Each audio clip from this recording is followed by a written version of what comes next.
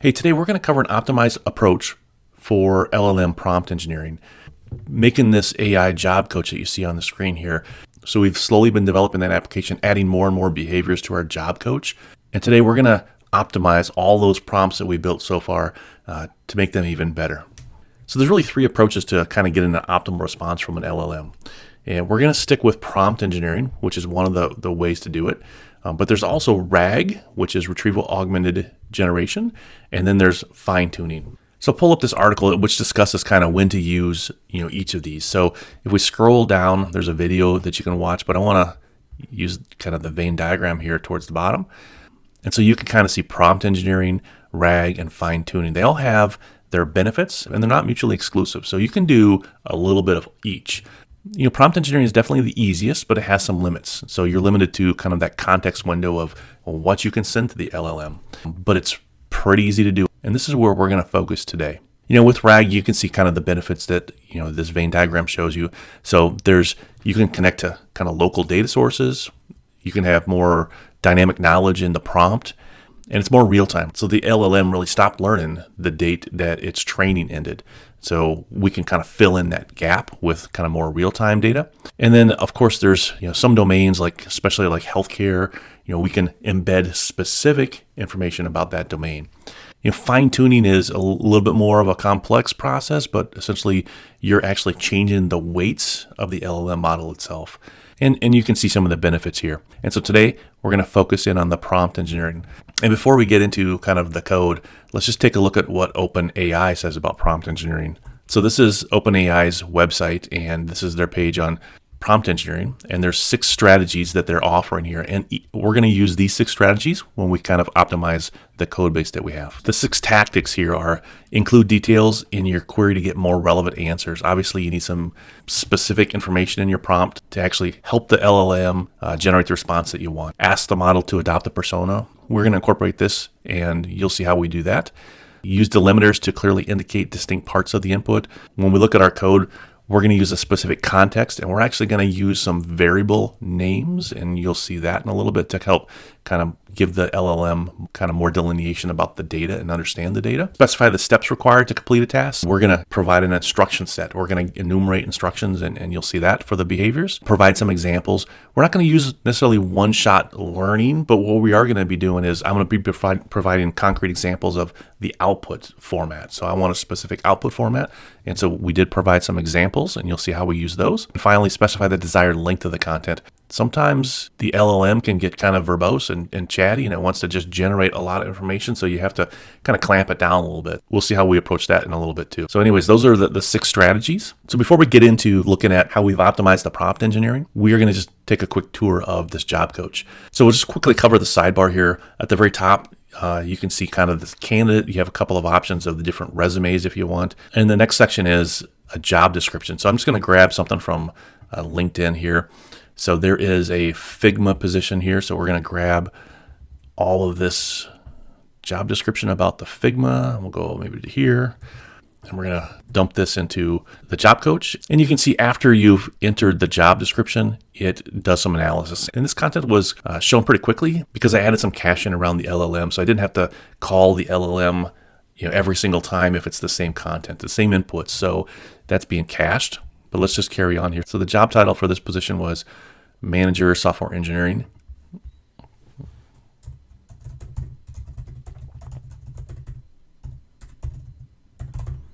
Company was Figma. Hiring, it didn't really say, so we'll just put Joe Smith here just for an example. And it was a LinkedIn. All right, so that's the information about the job. We've entered that. And then the LLM model. So you have some choices here. You can kind of choose which model. We're just going to stick with the GPT-3.5 Turbo.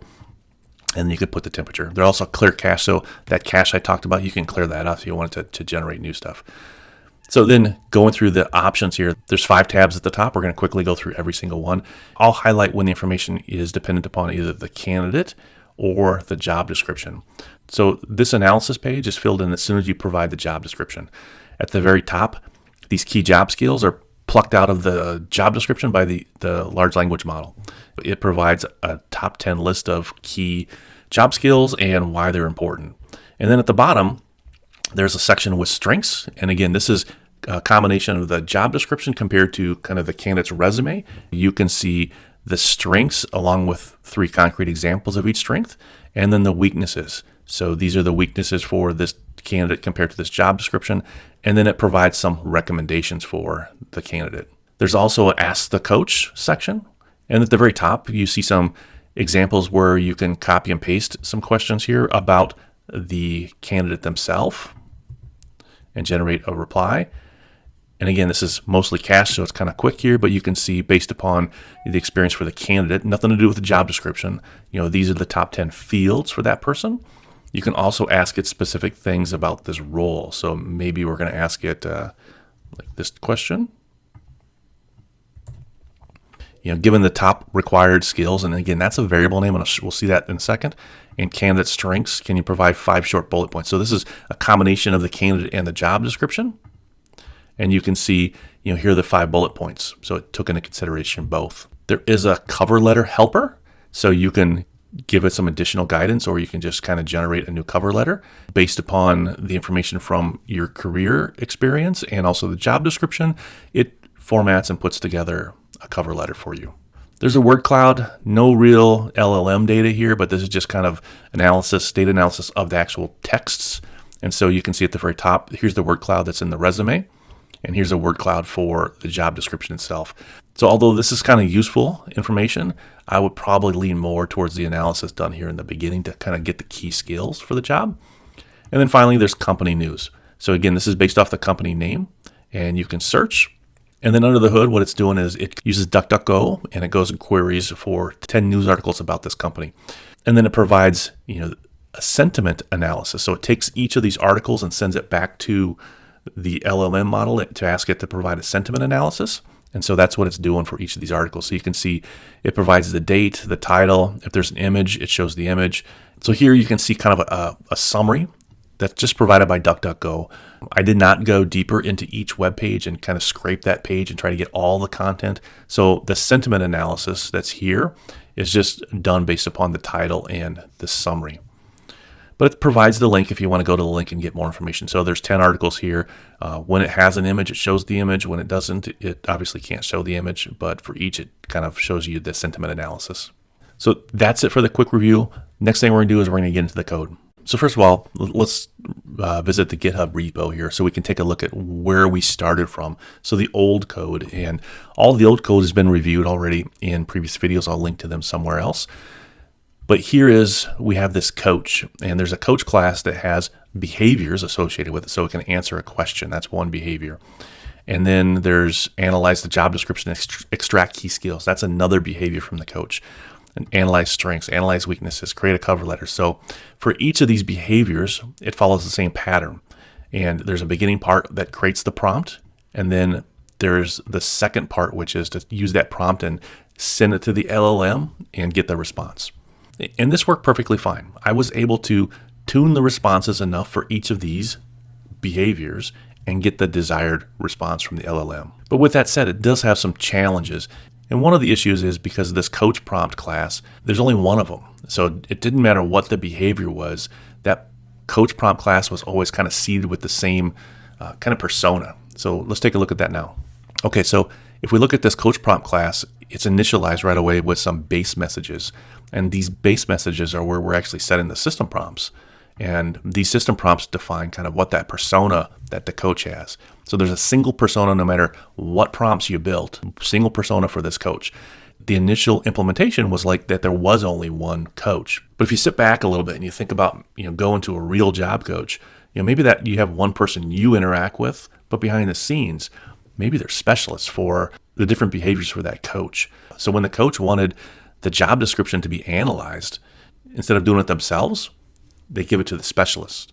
And that specialist does kind of that work. And that really hints at how we're going to improve the code for this job coach example. And what we're going to do is kind of follow the lead of a lot of other people who have already kind of gone down this path and call these specialists, we're going to call them agents. And I really like how their agents can use tools and they can work together. But there are some advantages of building out your own agents and seeing how this really works under the hood. You can optimize a lot of things. specific to maybe the context that you're working in. We're going to take that second approach because I think it's also a good opportunity for us to kind of deeper our learning and understanding of this prompt engineering. So then our goal is going to be to take every single behavior from this coach, and we're going to create an agent, and it'll be a very specific agent. It'll have its own persona. It'll have its own prompt, its own backstory, and then everything about kind of that prompt and also the response will be optimized. As a result of creating these agents, we don't really need this prompt class anymore. So the first thing I'm going to do is I'm just going to go ahead and delete this prompt class. We don't need this anymore. And then let's take a look at the coach itself. So from a high level, what is the coach doing? We can still see the same behaviors. The behavior of answer a question or analyze the job description, those behaviors are still there. But what we're going to see at each of the coach's high-level behaviors is the coach is going to delegate this to an agent, or maybe an agent or two, so that they can work together. And so just to kind of maybe provide a visual analysis of what's changed, you can see, answer a question is still a coach behavior. You can see the old version over here. And before we were building up the prompt and then getting the LLM to do the response. Now what the coach is doing is it's using an agent, and it's an advisor agent. We'll take a look at the details of that in a little bit.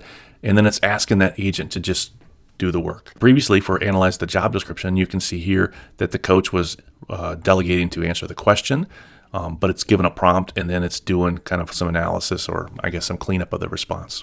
And you can kind of see that same thing here, but now there's a specific agent called the job description analyzer. That's the agent, and it's asking the agent to do the work. Analyze strengths is the same thing. So previously, it delegated to answer the question, but now there's a specific agent for analyzing the strengths. In fact, this agent is also used for analyze weaknesses, but there's a Boolean flag over here saying, are we finding strengths or are we finding weaknesses? So it's the same agent. To create a new cover letter, so previously the coach, built up a pretty exhaustive prompt. It goes all the way down to here, and then it asks the AI to generate a cover letter. Now we're delegating that to a cover letter writer. That's the agent. We're giving all the information that the agent needs, and then we're just asking it to work. So that's the new process. So the first thing we're going to do is we're just going to dive into one agent. And we're going to take this advisor agent and then go deep on this agent. And we'll spend some time just kind of picking it apart. All the other agents kind of behave the same way. And so we'll just go a little bit faster when we get to the other agent. This first agent called advisor, you were going to find it in there's a directory with agents right now, and we'll see it right here. Let's go ahead and open up this advisor agent and see what's all inside. So the first thing is we're going to see that at the very top, this advisor agent is an instance of base IA agent, or AI engine agent, I guess. And we're going to look at this one, this base class, in just a little bit. But we can see when we initialize this advisor agent, here's where now we can get very specific with the prompting and also kind of the backstory and persona of each of these agents. And this is a very similar pattern to what Crew AI does. So when Crew AI creates an agent, these are some of the same inputs that kind of help define what the agent is. So I borrowed from their knowledge a little bit there, but you can see we give every agent essentially a title or a role. So this is advisor. We provide a little bit of background for this agent. So this is the system prompts. And here's where we can really customize the persona for every single agent. So this particular agent, I'm not going to read these all, but you can see this is an advisor. And so you're an expert job search coach and provide professional guidance. You use data about the job and the candidate to help provide the best advice to the candidate. So you can see kind of all the information about their backstory here. This is their goal. And so this is actually one of the user prompts that's going to be provided to the LLM. So this is the goal of this agent, is to follow the instructions provided and create a response to the provided prompt. Every single agent has a context, and this is just a dictionary. And you're going to see these keywords, being used in the actual detailed steps. And this approach really works well. I think it kind of allows the LLM to tweeze apart what the data that we're talking about is. When I say review the job description and I feed the variable name in, it feels like it's kind of knows a little bit more about what data to actually do the review on. And this context is built up here. It's a dictionary. So for example, job description, it's off the job class, and that's the inputs that I copied it and pasted it from LinkedIn for the job description. Key required skills. This is an example of chaining. There was another agent that actually did the analysis to come up with these key skills. So that content is now being fed into this agent. So this agent's using results from a different agent. Candidate strengths and weaknesses, same thing. That was provided by different agents. That chaining is a kind of a really important concept. We're not trying to do everything in one prompt, but we're just chaining things together, and we're building up to the end result that we want. Candidate resume, which is from resume that you selected. And here's the user prompt. So again, this agent is answering a question from the user. That user prompt is going into the context here. And the instructions, again, review the job description and the key required skills, review the candidate's resume and the candidate's strengths and candidate weaknesses, and then respond to the user prompt. So that's right there. The other thing that I did with all these agents is I tried to give it some information about the output format. So I kind of separated that off the prompt. Here's the output format. For this particular case, I kind of let it freestyle unless you check this button. And if you recall, like this button was on the UI, is ask the coach. There's a button right here, respond in first person. So when you check that button, it gives it a little bit of output format. It says, okay, respond in first person tone and structure as if the candidate's writing it themselves. And that's it. This agent is mostly just kind of definitions of, role, background, goal, context, instructions, and the output format. And then we really kind of delegate to the superclass here. But let's go back to the coach for just a quick second. Again, the coach is providing all the information as parameters to the class, and then it's asking the advisor to just do work. This work function is actually implemented on the base class, so we don't have to re-implement this all the time. The strategy here is you provide kind of all this backstory, context, role, all in the constructor for whatever agent you're building up. The base class uses all that information to build the prompt that you want. So let's look at the base class, and here we can see that work function. Before we get to work, let's just real quickly look at the definition here for the base class. So this base class inherits from this interface, and this interface is where that work function is. So what we're saying is everything that inherits from here should implement this work function, and that's what base AI agent does. Let's look at the constructor. You can see all the information that we pulled in, and the only one that we really didn't cover yet is this is JSON flag. We'll get to that in a little bit. The constructor is simply just copying all that information and saving it as part of class members. And then the work function. This work function is doing what the old coach used to do. Is it first builds up a prompt, and that goes all the way down to here. So it's building up the prompt, and then it's asking the AI engine for a response. And then down below, it returns the response if it's not JSON. If it is JSON, there's a little bit of additional work here, and we'll cover that code in just a bit. But let's go on up here and see what the prompt looks like. Once again, we're using this prompt class we built the last time, and this has a little bit of OpenAI API information built into it, because this is how OpenAI's API wants these messages. So there's system messages, there's user messages, and it has this format. So we're just using this as a helper class to help us build up the prompt. So the first thing it does is it adds some system messages, and these system messages take the role in the background. And if you look at the advisor, the role in the background is being provided in its system messages. And this really kind of sets the persona for the agent that we're building.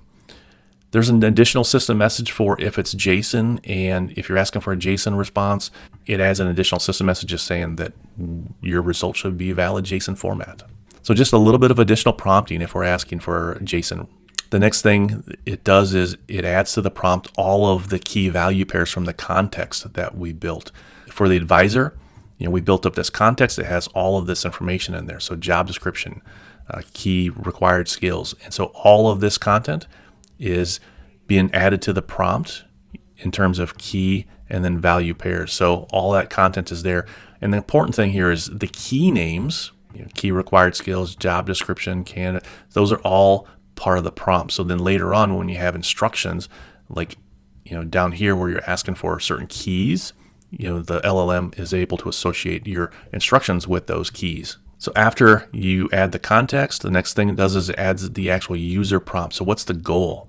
And the goal for the advisor was this, follow the instructions provided and create a response to the provided prompt. Instructions is an optional parameter here. You can see it has a default of none. Same thing with output formats, and same thing with is JSON. But if there are instructions provided, we do add the instructions to the user prompt. An output format, again, optional, but if you do provide an output format, then there's some prompting that's kind of added to it before you actually add your prompt. Provide your answers using the following format. Do not provide any additional explanations before or after. This was kind of a common message that I had to insert in a lot because the LLM would like to chat about what it did and then something else at the bottom. So I just needed it to only provide the information that I asked for. And if we are asking for JSON, there is a prompt here that is trying to provide some guardrails to our response so that it provides and it follows this RFC 8259 format. And then we add the output format. And same thing here. So if it's not JSON, a little bit of a prompt. Here's the information about the desired format. And then we put this. So I see that I have some repeated code.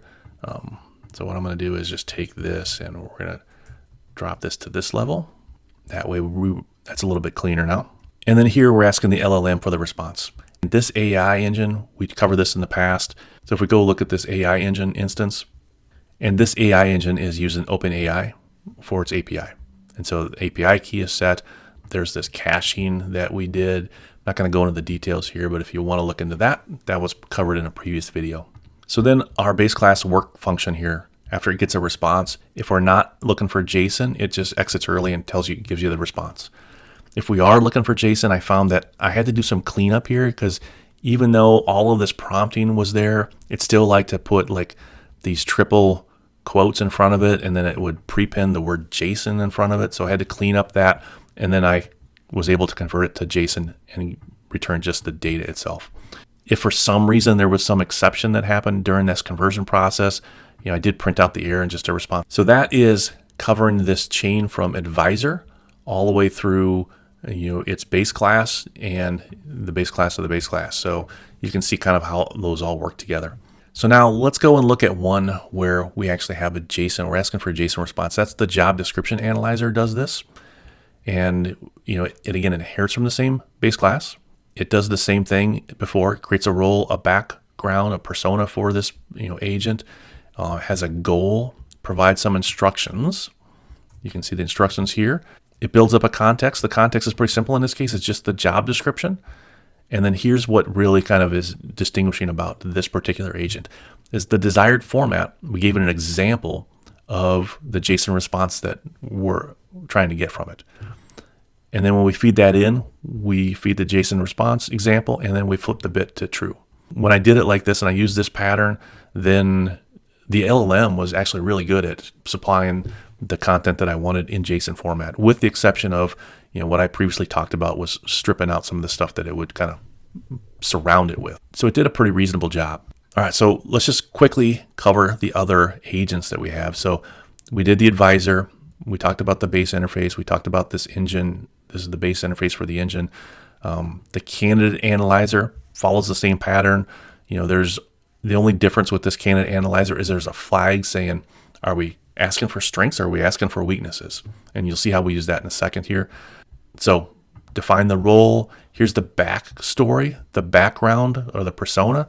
It depends upon the goal type. And the goal type depends upon if we're doing strengths or weaknesses. So we're asking for the top 5 list of strengths or weaknesses depending on the Boolean. The goal also includes this goal type in there. So strengths or weaknesses. Instructions, there's really 2 sets of instructions. So if we look at the instructions class here, depending on if you're asking for strengths, these are the instructions. If you're asking for weaknesses, then this is the instructions. And there's only a subtle difference. I probably could refactor this a little bit, but so create a list of the top 5 examples where the candidate has demonstrable experience that matches the job. So we're talking about strengths, right? Here, or create a top 5 list of where the candidate is lacking experience. So just subtle differences here on the instructions. And then the same thing with the desired output format. Depending on if we're doing strengths, I'm asking for this JSON response, which is, there's a strength and there's examples that's in an array. But if we're asking for weaknesses, we're getting weaknesses and then we're getting recommendations. So here I didn't explicitly ask for only 3 examples or 3 recommendations up in my instructions, but just providing, this format, where you can see, that obviously I want 3. The LLM was able to kind of infer that information and pretty easily, give me the content that I wanted. We're going to skip company investigator. We're going to come back to that in a little bit because it doesn't implement this base AI engine agent, and I just want to do those first. But here's the cover letter This agent implements the base AI engine, and you can see it follows the same process, right? So creates a role, a background, a goal. The context is a little bit bigger because in this case, we're asking it to generate a cover letter and it needs more context, right? So it just needs a lot more information here. There's a couple of Booleans here on the constructor you can see, is rewrite or is use writing style. And those come from the actual interface on the cover letter. So if you check this box, use my writing style, then it sets use my writing style to true.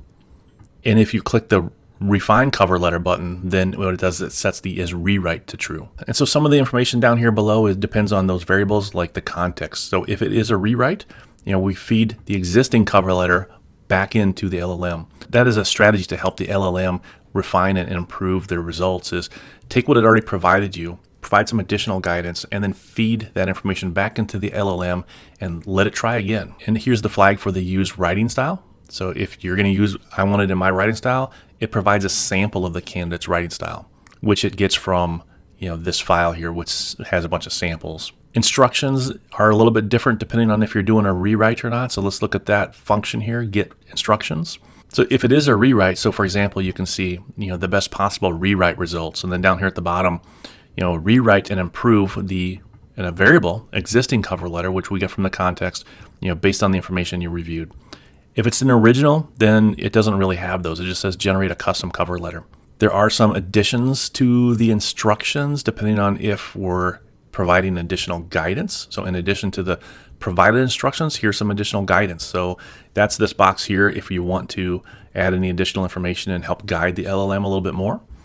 And then the use writing style, if you check that box, it does provide some additional instructions on how to use the voice, tone, style, and structure of the candidate by mimicking the style provided in the sample writing style. So again, we're using those variables. So the LLM is kind of a black box. I mean, you have this API and you ask it to do stuff. So you really don't know what's going on under the hood. But I feel like providing these context variable names in here is providing better results.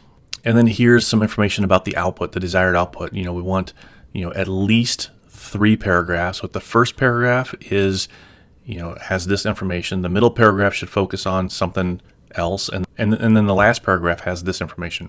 So it feeds that all into the base class, and the base class does the work, and it generates, this response. And again, you can kind of see that it's following what we asked. There's a first paragraph, middle paragraphs are here, and then there's a final paragraph down here. So if we look at the job description analyzer, it follows the same pattern. Inherits from that base AI engine agent. We create a role, a background, a goal, instructions for it. Here's the context. The context is pretty simple. It just needs the job description because that's what its job is it just analyzes job description. So that's the only context it needs. We are asking it to provide some JSON format. So we're just giving it the example, and then we set that as JSON bit to true. This sentiment analyzer, let's talk about that one. The sentiment analyzer actually works in conjunction with the company investigator.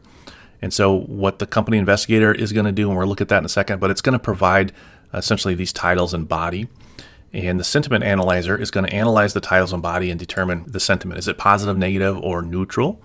And so we're building up the role, and the background, you can see we're starting to tell it that it's an expert at reading article titles and boxy and body, and provide additional information about positive, neutral, or negative sentiments. And we're starting to gear it up towards only returning a single word, right? So we're already kind of setting the prompt up so that the prompt knows we only want one word from you, positive, neutral, or negative. Here's its goal. Again, reiterating positive, neutral, or negative. And then we provided instructions. Analyze title and body as a whole. I don't want a sentiment for each one, but as a whole, and provide a sentiment value of either positive, neutral, or negative. Here's the context. It has the title and body. And then here's my desired format. Again, we're just hammering in like 3 or 4 times here. Your response should be a single word, positive, neutral, or negative. And let's look at this company investigator. This does not inherit from the same AI engine base class, but it inherits directly from the base interface. Again, the base interface just has that work method. It implements the work method itself, which is here. On its constructor, it takes a copy of the job, and it really only needs the company name from the job, but we just feed the job in, gets the company name. It takes that in the part of the constructor, how many articles you want it to find and any additional search terms. And then at a high level, the work function is going to get a query, and we're going to use DuckDuckGo, and we're going to do DuckDuckGo query right here. But we build up a query, which is just the company name. If there's additional search terms, we append that to the query. And then we feed that query into DuckDuckGo, asking for the number of articles, and we're looking for news, and we get this output. This DuckDuckGo API already has a very structured JSON format, so we can just use those results, and then we can feed that information back into the sentiment analyzer. And the coach actually does that. At the very bottom here, you can see the coach analyze companies and new behavior. And so you can see it first delegates a job to the company investigator. Hey, analyze this job and get the company news. And then for every news article that's returned, it delegates to the sentiment analyzer and gets the sentiment, whether it's positive, neutral, or negative. And then it appends that to the dictionary for that particular article. And I did try a different approach. I tried taking all of the company news and feeding all of the company news into the sentiment analyzer. And that worked. And the only downside I found was that when I did it that way, the prompt was all of the news that the DuckDuckGo API replied with. And that was always maybe somewhat different depending upon my additional search terms. But this way, when I broke each article up, there was a lot more likelihood that I was going to be able to use my caching. And so every single article was fed in, the title and the body by itself. And I got a lot more cache hits this way. So that way I just save on the LLM API calls. So we really covered all the changes that I wanted to cover in this video. But just to kind of summarize where we started and where we landed, where we started was we had a coach that did everything. And in the LLM space, what that meant was that coach had a custom persona, but it was one persona. It wasn't very specialized to all the different behaviors that the coach had. So in the new code base, now we have a coach that can delegate to a bunch of specialists, which we call these agents. And those agents then have very specialized personas and specialized instruction sets and specialized output replies. So we're really able to fine tune the prompts for every single one of these agents to really optimize the result that we're getting from the LLM in the desired output format. And so now in our new world, the coach really is the manager. And as a manager, they get to delegate to the different agents. And another important concept that we're using, or strategy that we're using, is chaining. We're taking the output of one of these agents and we're feeding it into the context or the input of another agent. And that allows us to kind of slowly build up the desired output that we really want eventually. It's just ineffective to ask the LLM to do everything in one big swoop. As an example, if you look at the cover letter writer agent, this context is a combination of not only kind of original source data, like we fed in from the sidebar, this information, the company or the candidate name and resume are also fed in, they're the original. But here in the middle, you can see data that was generated by other agents. This top required skills list was generated by the job description analyzer. And then the candidate's strengths was generated by the candidate analyzer. This is how we take the output of one agent and chain it into the input as another agent. So that chaining is an important concept. So incrementally, we've been improving this job coach, and I'm not sure what's next for the job coach, but I think that the path that it's taken, you can see how it slowly has improved, from one concept, and we kept adding behaviors and demonstrated how you can kind of build those prompts up and then optimize those prompts. So that's it for this video. I'm not sure what's next for the job coach, whether I investigate adding RAG into the mix, or maybe using something like Crew AI and use that platform and see what that platform can provide over some of these agents that we've already developed here. But if you have questions, or maybe you have a preferred direction, feel free to comment below. And as always, like and subscribe if you want more content like this.